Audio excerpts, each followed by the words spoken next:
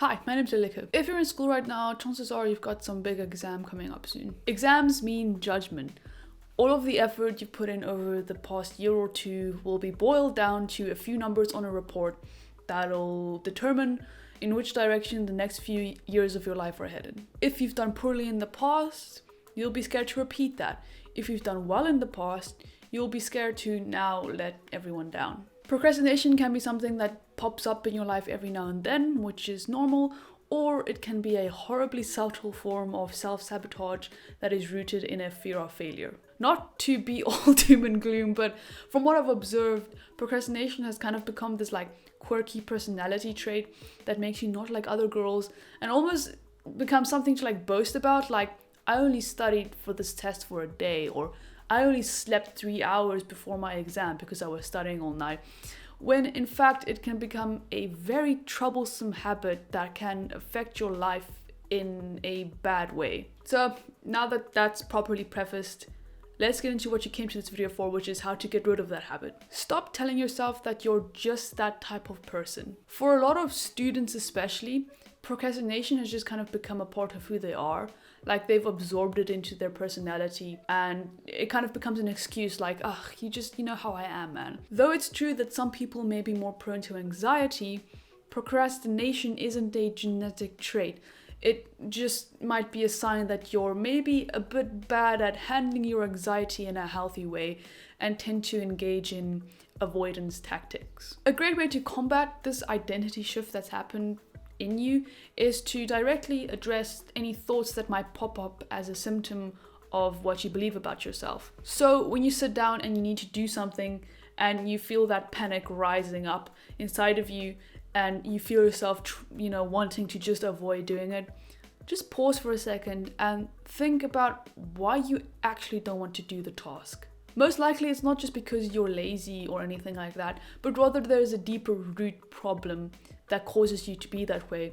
And depending on the root, it may be something that you have to work through with someone else, which may seem dramatic, but if procrastination is something that really affects your life in a big way, getting rid of that root will help kill off all of the lovely defense mechanisms that have sprung up in your life as you engage in healthier habits and try to get rid of the unhealthy ones. Find something you really enjoy doing. If you really hate school, or let's say more specifically history, forcing yourself to do history as a way to get rid of that habit of procrastinating isn't the best idea, especially if you're coming out of a season of your life where procrastinating was something you did all the time, because you don't enjoy doing history.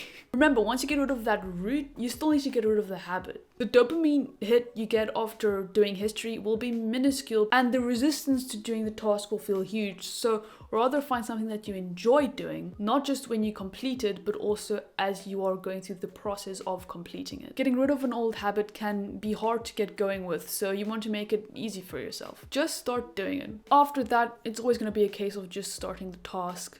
If the task is something you enjoy doing, the resistance to doing it will already be a lot less, but 80% of the resistance to doing a task disappears once you just start doing it. Plan how you're going to do it. If you're procrastinating because you don't know how to go about doing the task, make a list of steps you can tick off as you go along. If you're needing to study for exams, research some good studying techniques you can use, or maybe go on YouTube and find some videos explaining concepts that you find hard to understand. That way the task will feel a lot less overwhelming, and having that first step can really help when it comes to just starting a task. Start doing small but less exciting tasks. As you start ticking off tasks you enjoy doing, try to engage in smaller but less exciting tasks that you know you need to do. And those small past victories will decrease the resistance to doing the less exciting tasks. Oil up those anti-procrastination tools in yourself. As you start doing more and more tasks, those you enjoy but also those you don't enjoy, the more you'll want to do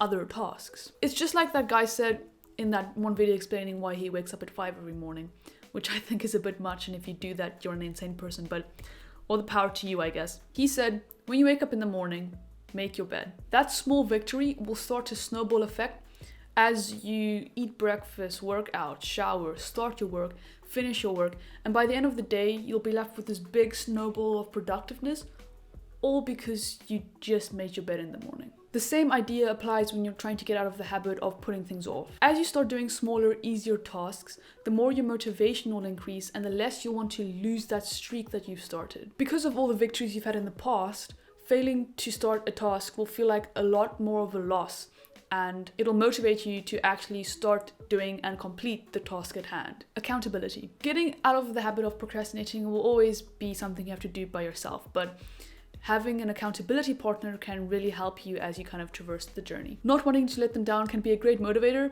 but they can also help you figure out how much work is too little or too much, and just traverse this journey that you're on. Depending on how severe your case is, getting out of the habit of procrastinating can be a bigger deal for some and a lesser deal for others. If, however, you have any questions, comments, or stories to share, please leave them in the comments below, as I'm always happy to reply, and your story can maybe help someone who's, going through something similar. If you really enjoyed the video, leave a like, maybe subscribe. This is the type of content I enjoy creating. So if you like this video, chances are you'll like the rest of the stuff on the channel. So just subscribe. You can always unsubscribe later. But thank you so much for watching this video. I'll see you in the next one, and good luck on your studying journey.